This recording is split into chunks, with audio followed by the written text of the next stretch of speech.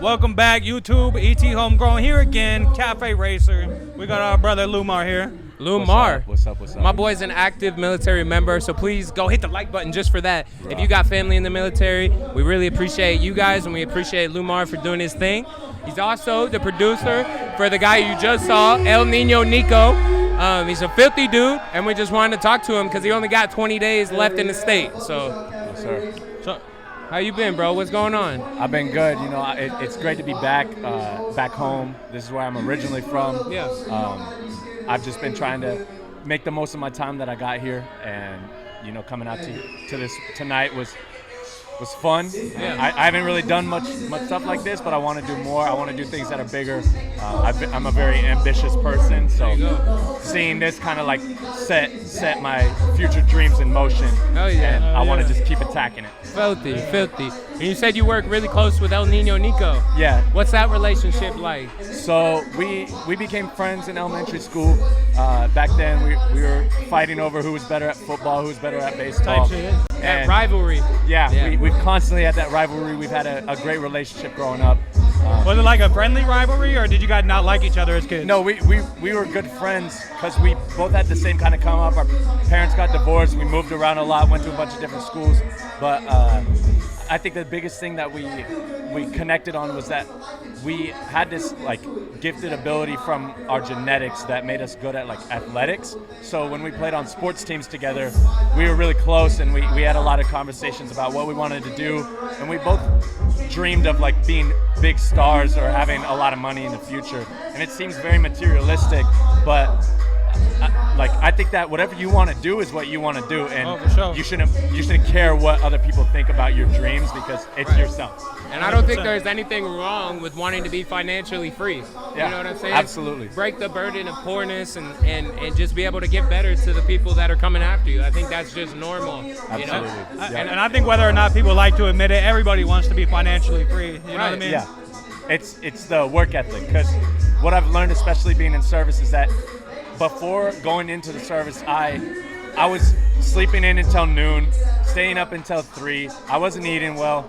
Since I've joined, I've gained about like 60 pounds because I've been eating well, I've been working out, I've had a work ethic, I've had a drive, I've become a workaholic, and I've noticed it. I've noticed it, and it's made me a better person because it makes me strive for my goals, set higher goals that I don't think that I can attain, and then I attain them, and it feels that much more validating. Absolutely. And so once you realize that, and once you see your potential that you can have, and you push for it, you get there. And so I've constantly been pushing El Nino that if he sets a goal for himself and he pushes himself to get there and shows himself that he can get to that goal, he's going to unlock way more range within his potential than what he thought he originally had. Absolutely. And I push him every single day. I'm like, I give him the inside scoop. Don't work with this artist, work with this artist, work with this artist.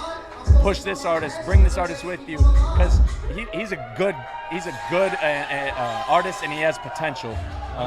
It's just the people he surrounds himself with is going to impact whatever he does, so he needs to push himself.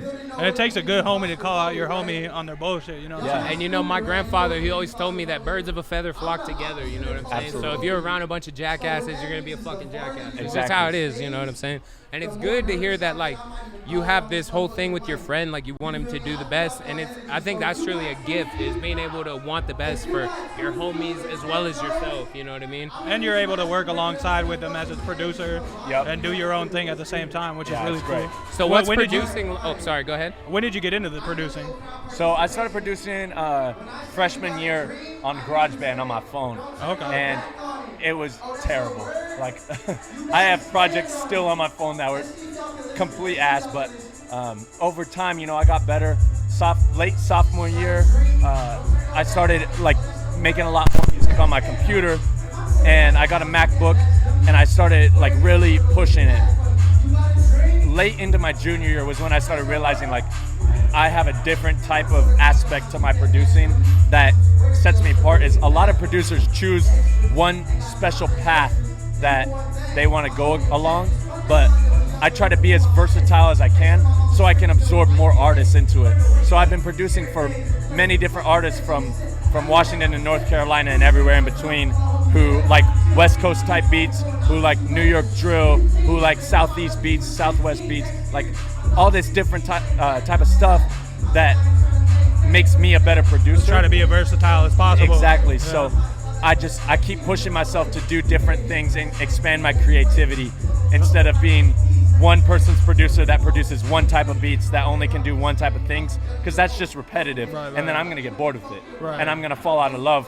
with the desire of making music. Right. Okay. So I try to make it as open as possible so that when something new steps into my life, or if I have a new open door, I can attack it with as much effort and as much power as I can. Oh yeah. Hell yeah, Absolutely. bro. I really respect that way of thinking and that mental attitude that you have. Before we go, I was curious, how is making beats while you're in the military? How does that work? So, I get that question asked a lot, because most people think that like when you're in the military, that's all you do. Right. Like there's no breaks, whatever. But I wake up around 4:30, 5 o'clock in the morning, and I PT with my platoon until 6, 7 o'clock a.m. You say PC? PT, so it's physical training, like Okay. working out. Yep. And then we'll grab food, go to work, and we work until like 4:35 p.m. And after that, I have free time, but I like to go to bed early so I can get like good rest. So I go to bed around like 8:30 or 9. But in that 2-3 hour window, I either go to the gym, make beats, read, like do whatever I can to enhance myself, make me better physically, mentally, spiritually, emotionally, so that when I get out of service, I'm at the top of my game and I can just go and go and go and go.